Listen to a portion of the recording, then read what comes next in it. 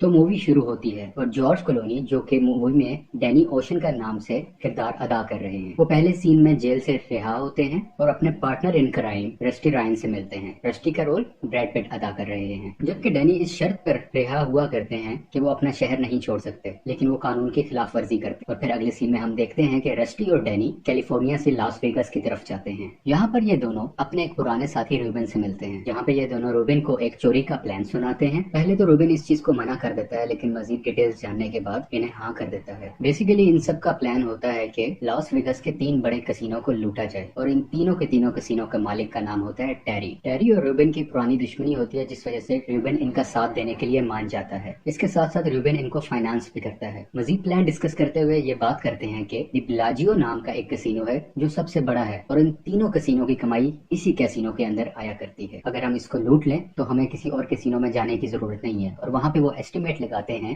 160 million US dollars. अगले scene में हम देखते हैं कि डैनी और रस्टी अपनी एक टीम बनाते हैं, जिसमें मुख्तलिफ स्पेशलिटी के लोगों को ऐड किया जाता है। कोई सिक्योरिटी का माहिर है, कोई कैसीनो मैनेजमेंट बहुत बेहतर तरीके से जानता है, और कोई बहुत अच्छे तरीके से एक्सप्लोजिव का काम जानता है। तमाम टीम के मेंबर्स बहुत ज्यादा तैयारी करते हैं। वो नजर रखते हैं कि बेलाजियो कैसीनो के बाहर कितनी सिक्योरिटी है, कितने लोग हैं, कौन आता जाता है, कब स्टाफ की शिफ्टिंग होती है, और बहुत से मामलात पर ये नजर रखते हैं। और इसके साथ साथ बेलाजियो कैसीनो में जो सिक्योरिटी वॉल्ट होता है, ये लोग उसकी सेम कॉपी बनाते हैं ताकि उसको तोड़ सकें और उसके सिक्योरिटी सिस्टम को चेक कर सकें, ताकि जब असल में चोरी करने जाएं तो इन्हें कोई प्रॉब्लम पेश ना आए। यहाँ पर टेरी को पता चलता है कि उसकी एक्स वाइफ, जिसकी उससे डाइवोर्स हो चुकी है, वो डैनी ओशन की करंट गर्लफ्रेंड है। अब क्योंकि टेरी डैनी के बारे में जानता है, तो जिस दिन चोरी होनी होती है उस दिन डैनी खुलेआम कैसीनो में जाकर बैठ जाता है ताकि वो सबकी नजरों में आ जाए। और टेरी उसे देखते ही शक का शिकार हो जाता है और वो डैनी को पकड़वाकर एक कमरे में बंद कर देता है। यहाँ पर एक बाउंसर डैनी को मारने के लिए आता है, लेकिन डैनी ने पहले से ही सेटिंग की होती है। उसी बाउंसर को डैनी ने बहुत से पैसे दिए होते हैं। वो डैनी की हेल्प करता है छत पर चढ़ने के लिए, जहाँ से हम देखते हैं कि डैनी की कुछ टीम वहीं से एंटर होकर उस कमरे में आती है ताकि वो सिक्योरिटी रूम तक पहुंच सके, जहाँ पे वो वॉल्ट होता है और उसमें बहुत से पैसे हैं। अब ये तिजोरी वाले कमरे में पहुंच चुके हैं। वहाँ पे ये तिजोरी को सीज करते हैं और इनकी टीम अपने काम पर लग जाती है। अब हम देखते हैं कि रस्टी, जिसने एक मोबाइल फोन टेस्ट के कोर्ट में डाला होता है, जैसे ही इसकी रिंग होती है तो रस्टी कहता है मेरी टेरी से बात करवाओ। और टेरी से बात के दरमियान रस्टी उसे कहता है कि तुम्हारी तिजोरी सीज कर दी गई है, अब ना तो तुम पैसे बाहर लेके जा सकते हो, ना तुम्हारा कोई बंदा अंदर जा सकता है, तो बेहतर है कि आधे पैसे तो मुझे दे दो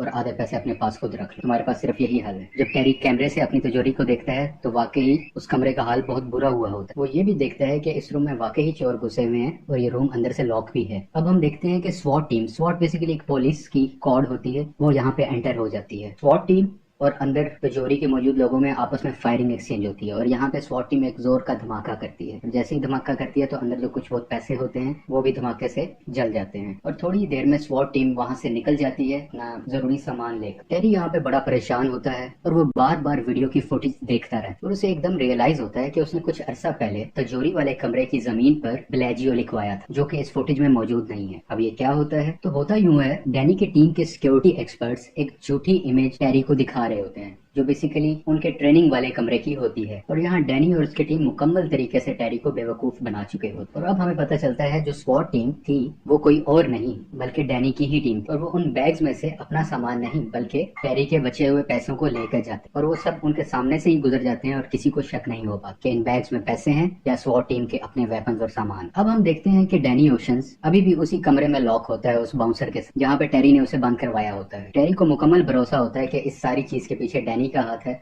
लेकिन डैनी बहुत मासूम बनता है और वो इस चोरी में इन्वॉल्वमेंट से इनकार कर देता है। टेरी गुस्से में आकर डैनी ओशन को पुलिस के हवाले कर देता है, क्योंकि उसके पास कोई पुख्ता सबूत तो नहीं थे, लेकिन डैनी ने एक कानून तोड़ा होता है जो हमने मूवी के शुरू में जाना था कि उसको कैलिफोर्निया छोड़ने की इजाजत नहीं थी, जबकि वो कैलिफोर्निया से बहुत दूर लास वेगस में आ चुका। अब हम डैनी की टीम को देखते हैं, क्योंकि इनका प्लान ये होता है कि पैसा लूटने के बाद सब बराबर हिस्से में एक दूसरे से पैसे बांट लेंगे, और वो सब एक दूसरे से बांट लेते हैं और अपनी अपनी मुख्तलिफ जगहों पर चले जाते हैं। कुछ महीनों के बाद डैनी ओशन जब अपनी सजा पूरी कर निकलता है तो जेल के बाहर हम रस्टी और टेस को देखते हैं, जो डैनी को पिक करने के लिए आए होते, और वो यहाँ से कहीं दूर चले जाते, लेकिन टेरी को अभी भी इस पर शक होता है। और यहाँ पर हम देखते हैं कि टेरी के कुछ लोग इनका पीछा कर रहे होते। टेरी कुछ नहीं भूला होता, उसको मुकम्मल एतमाद होता है कि इस सब के पीछे डैनी का काम है और वो इनका पीछा करके अपने पैसों तक पहुंच सकता है। और यहीं पर ये मूवी खत्म हो जाता है। अगर आपको ये